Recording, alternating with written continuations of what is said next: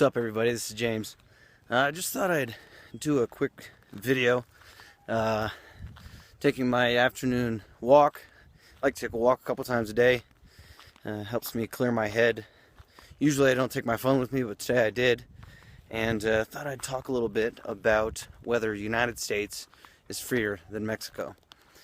Now, I know most people are going to think about that. American people are going to think that's blasphemy, that there's no freer place than the United States, but just hear me out here.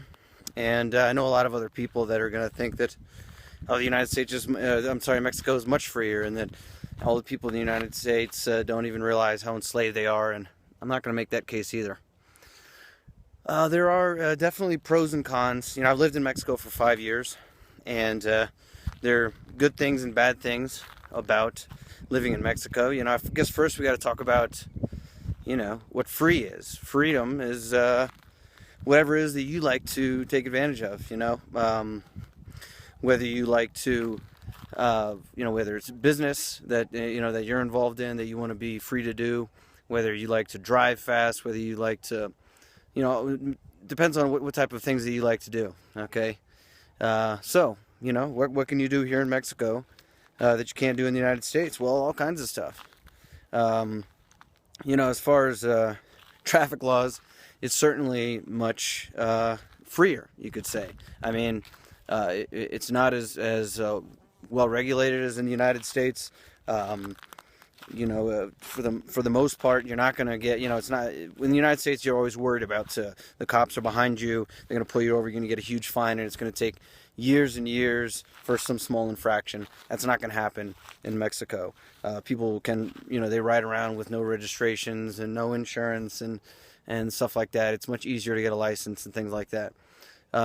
You know, it depends on what you're looking for. You know, a lot of Mexican people don't like that fact, but you know, that's the way it is. And so I guess you could say that in that aspect, it's a little, you know, more free. You obviously you have more purchasing power. For a person like me, my money goes a lot farther, and so that gives me freedom. You know, it gives me the freedom to live in better places, to get different types of services that I probably couldn't afford in the United States. So that's freedom. You know, there are things that are definitely not free. You know, a lot of people care a lot about their gun rights, and you know, in Mexico, although it's not like a gun ban, if you are a permanent resident or if you're a citizen, you can have a gun, but you can have it at your house, and the laws are very strange. It's nothing like the United States. So if you know, your right to bear arms is very important to you, then that is one thing that Mexico is less free, I would say. You know, certainly there are whole parts of the economy, like the oil market, right? The oil market is completely controlled by the Mexican government here. It's basically, well, it is completely nationalized. All right.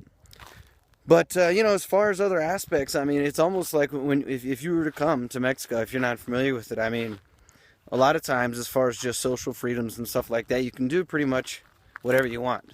People don't bother you. There are a lot of laws on the books, but they're not followed to the letter. And so, you know, you can, you know, all the small little laws, like say, you know, if you have a beer and you walk on the street, nobody's going to really care so much about that in Mexico. All these different types of things. Although, you know, as far as business goes, you know, entrepreneurship and stuff like that, it is much easier to just go and start like a small thing. But once you start making money, there are a lot of regulations. There's actually more regulations usually here in Mexico than there is in the United States for businesses. And so, but that's, you know, it doesn't really come into play until you start making a good amount of money. So, you know, there you go. That's the pros and cons of freedom in Mexico and the United States. I mean, there are, you know, 200 plus countries in this world. So just to think that one country has the most freedom just because you've grown up there doesn't make much sense.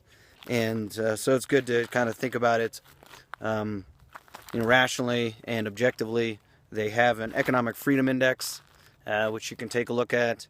And I'd like to hear your feedback. You know, a lot of people that know Mexico, know the United States, let me know what are some of the freedoms that you like about each place, and be happy to hear them.